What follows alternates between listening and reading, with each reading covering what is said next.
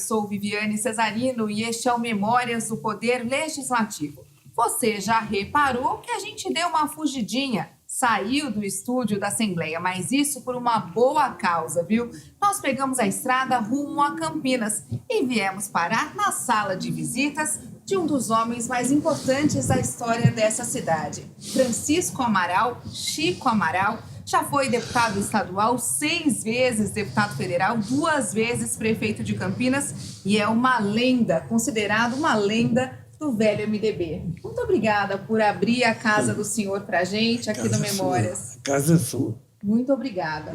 Bom, eu disse que o senhor é uma lenda do velho MDB, mas o senhor me disse que nem gostava de política. Como assim? Eu não...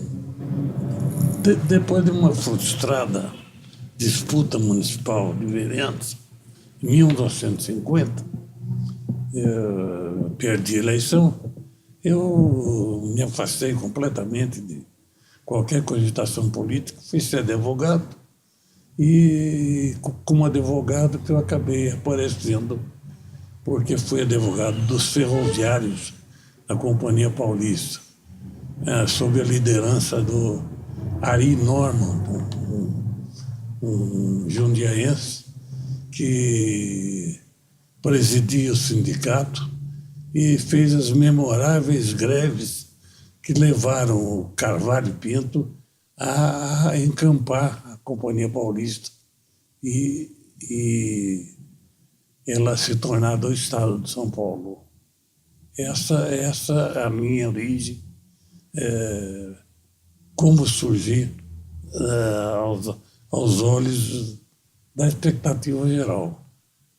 É diferente da maioria dos nossos entrevistados que conta que quando criança já tinha uma vontade, uma vocação, não passava na cabeça do senhor? Não passava. Eu achava que a política prejudicava, tirava a atenção da gente. Tirava o foco. Tirava o foco, e a gente ficava perdido, sem saber o que fazer. Então, o que eu queria fazer? Queria que os ferroviários fossem encampados pelo governador, e fiz isso. Estudei Direito e, uma vez formado nessa posição, eu desenvolvi todo o meu trabalho em favor dos ferroviários. E aí, por conta dessa greve e esse incentivo, o senhor acabou se candidatando para a Assembleia, já direto para a Assembleia Legislativa. Em consequência, o Carvalho Pinto, que era o governador do Estado de São Paulo, com quem eu mantinha permanente contato pelos problemas ferroviários e problemas sociais existentes na ocasião, ele que tomou a iniciativa de me chamar e dizer que eu ia ser deputado federal. Eu até contra-argumentei, já tentei isso, não deu certo. Eu quero ser advogado, não quero ser... Um homem de visão, ele, né? Porque aí o senhor concorreu e já em 62 foi eleito de cara. De cara, na Assembleia Paulista. Lá fiquei uma temporada e imediatamente fui para a Câmara Federal e lá permaneci durante 6 mandatos. E quais recordações o senhor guarda da Assembleia? As recordações são as mais carinhosas possível. Eu tive uma passagem por lá, deixei grandes companheiros. Foi lá que eu conheci o Tonico Ramos. Ele já, líder que era, assumiu a presidência da Assembleia e está até hoje brilhando, porque ele não parou para nada. Ele continua e hoje é o nosso presidente dos antigos deputados estaduais. E quando o senhor olhou aquela casa, o senhor advogado, que já não gostava muito de política, já chegou ali meio que sem querer, aí o senhor começou a gostar ou ainda não? A gente se torna um defensor das postulações das pessoas que nos rodeiam.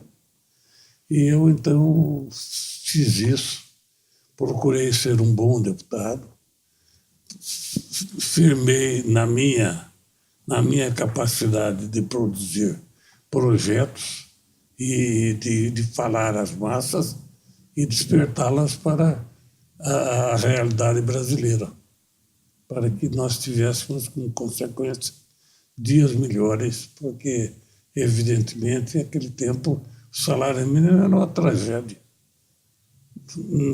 Praticamente não existia. Era preciso, então, caminhar muito para chegar às posições que nós chegamos e que ainda são poucas. Precisamos de muito mais. O senhor foi eleito em 62, 62, logo veio o golpe, em 64 pegou o senhor no meio do mandato. Como é que foi?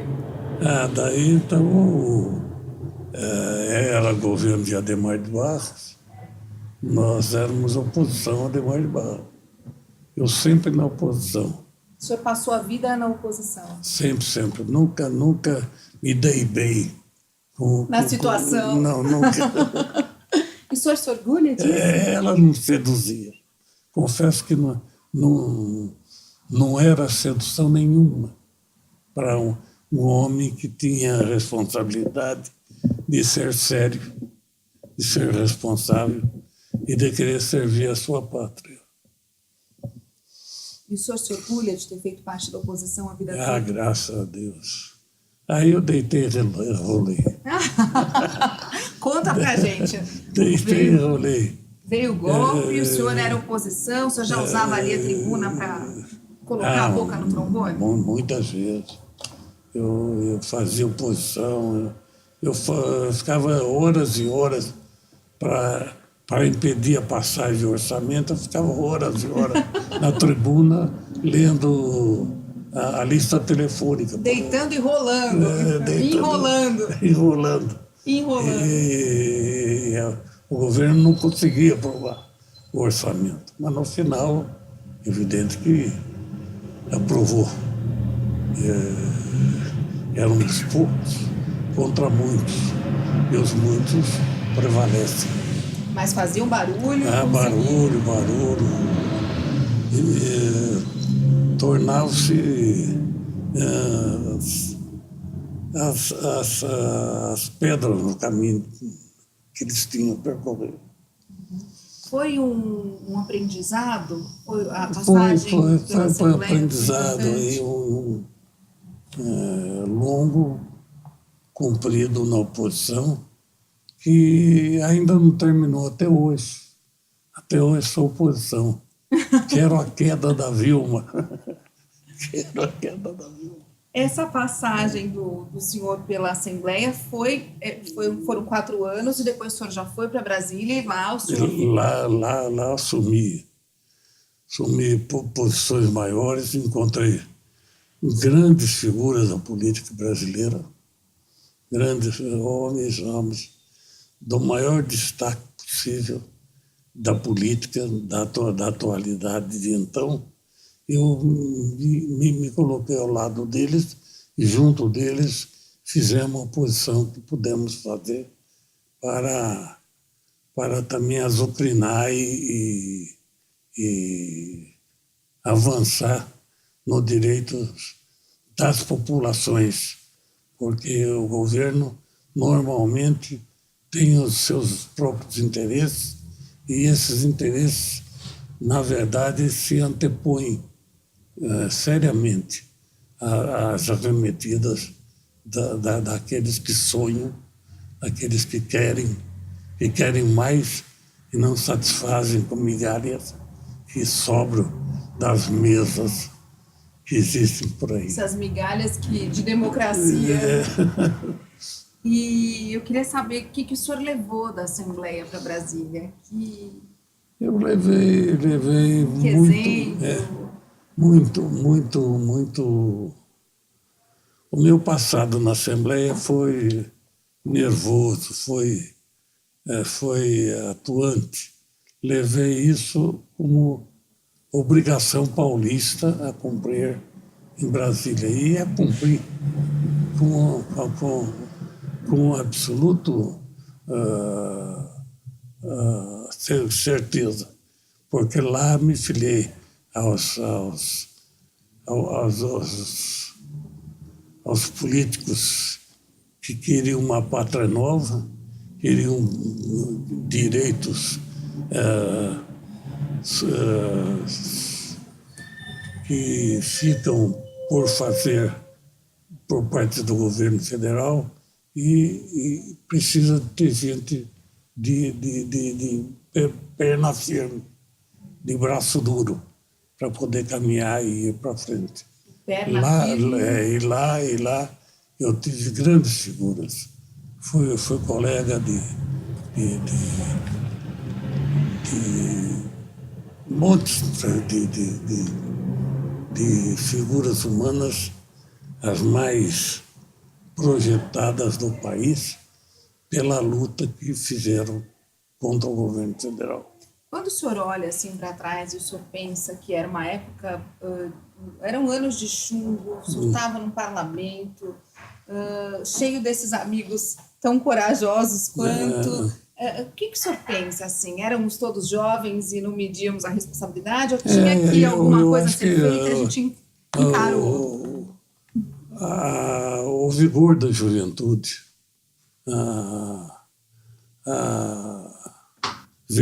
verticalidade dos homens da oposição seduziu a gente.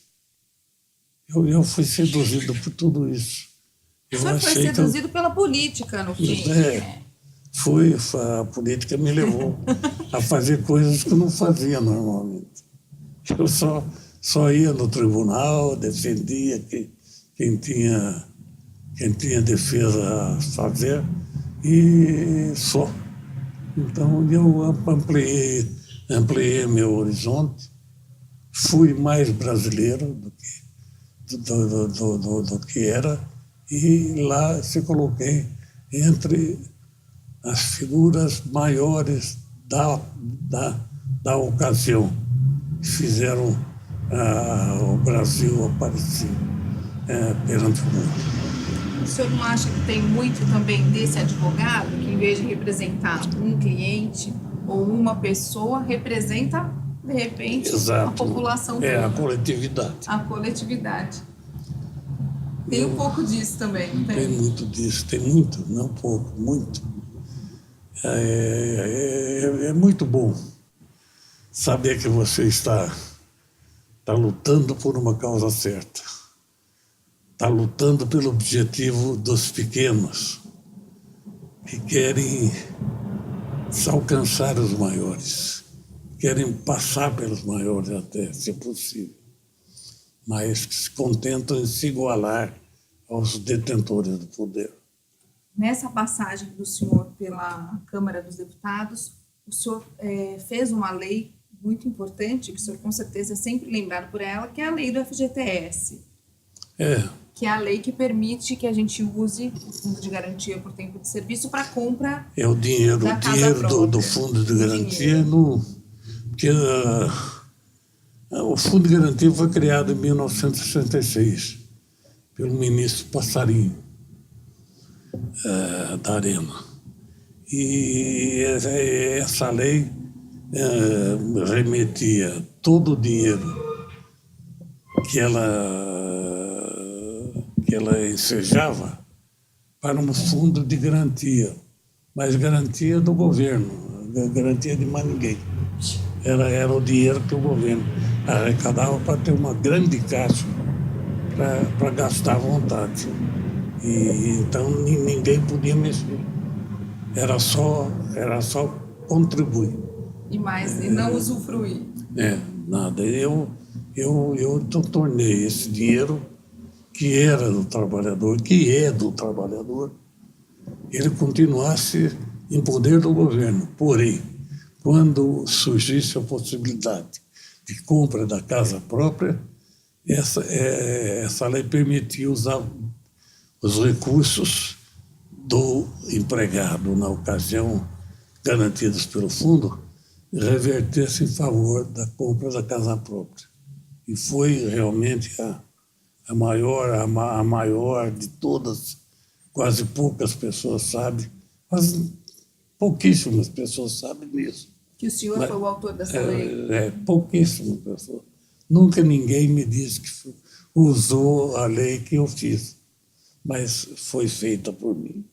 Eu me dava bem com o passarinho, embora da arena, era um homem lúcido e fácil foi expor a ele a justeza da pretensão de um trabalhador de usar o seu próprio dinheiro em benefício de si mesmo. Não, e quantas pessoas realizaram o sonho de ter a casa Então, com esse dinheiro? Eu mesmo comprei casa com fundo de garantia. Já que é um dos sonhos mais difíceis a gente realizar até hoje nesse país, né, deputado? Antigamente era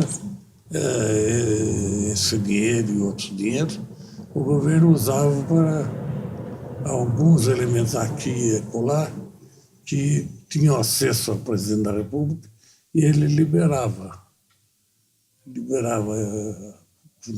todo o seu poder, liberava dinheiro. Mas só para alguns? Só para alguns. Os que chegassem a ele, que fossem levados a ele por companheiros do próprio governo. Que outras leis que o senhor lembra, que o senhor gostaria de contar para a gente? Que foi eu ampliei muito a atuação da CLT. A CLT, ela é uma lei com 500 e tantos artigos. É a lei do trabalho. Que dispõe sobre a regularidade do trabalho.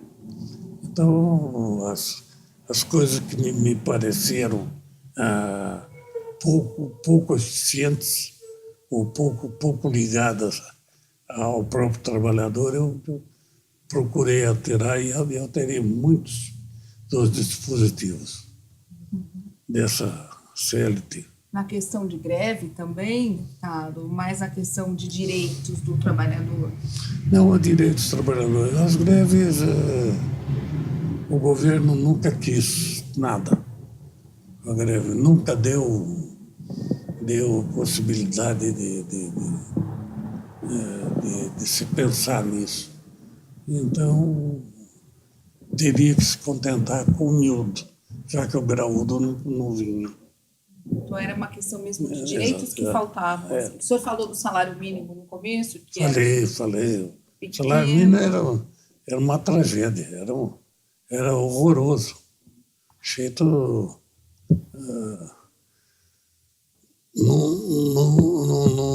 não suportava as necessidades essenciais dos trabalhadores de suas casas. Deputado, vamos chamar então um intervalo. Vamos falar no próximo bloco da experiência como prefeito de Campinas. Foram 2 vezes, com mais lei importante, né? Com essa questão que o senhor sempre foi muito ligado à periferia, à questão da habitação. E depois eu queria saber do senhor uma comparação com o legislativo de hoje de antigamente, mas isso no próximo bloco. Daqui a pouquinho, então, a gente volta com mais Memórias do Poder Legislativo. Não sai daí. Até mais.